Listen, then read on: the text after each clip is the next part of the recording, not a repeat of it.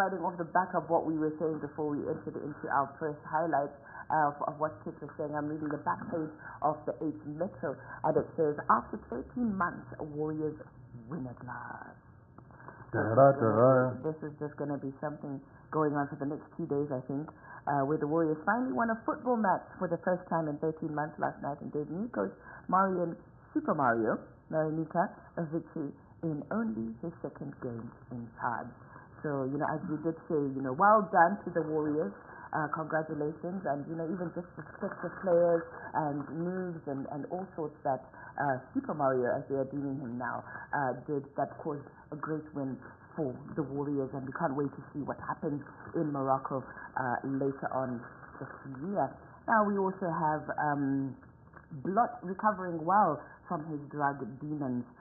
This is an article by Trust Causa, and organizers of the 2025 Harare Cup Clash have revealed that Zim dancehall star Takura Blot Chiwoniso delivered a stellar performance at this year's event while silently battling serious personal challenges.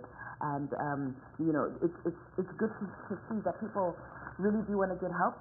He's on that path of recovery, and it's always very uplifting to see those kinds of situations happening. And I do know that people need to accept your faults, your errors, and actually try and be a better person and enhance your skills and your talents.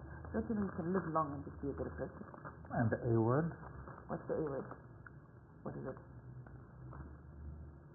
Accountability. I'm like, do I have to do this? Well, she gathers her thoughts. You done with the 8th Metro? Yeah, no, go ahead. All right, let's go to the Herald, obviously, mirroring the stories in our main bulletin. President setting off 4 new ambassadors. Bread price is set to 4. Thanks to our good wheat harvest this year. But I want to go in and just look at some of the stories inside the Herald for today. And 20 major projects set for next year. The government has announced that over 20 major infrastructure projects will be undertaken next year. This comes as several projects are progressing across the country, from major highways to community feeder roads, ensuring no one and no place is left behind. And we've been talking about road safety. We talked about that with Nenza Bus Excellence.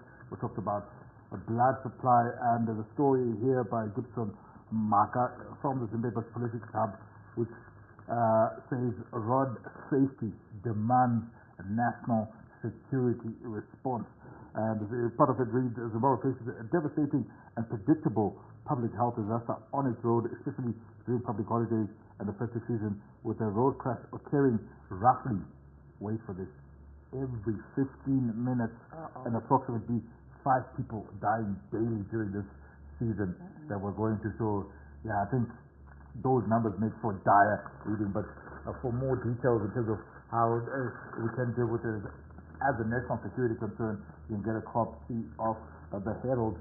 And speaking of farming, I don't know if you're into horticulture, but this one by Edgar Vera, a specialist writer from agribusiness, says flour exports reached $2.5 million US dollars, and Zimbabwe has earned $2.5 million from flour exports in the 9 months up to September, as the government targets to grow the floriculture industry up to 16 million by 2030.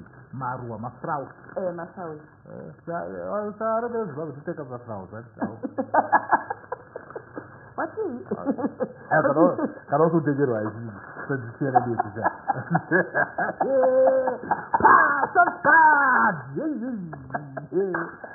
God tells you to contribute to 2.5 million. It is to reach 16 million. Anyway, on that light-hearted note. Oh man.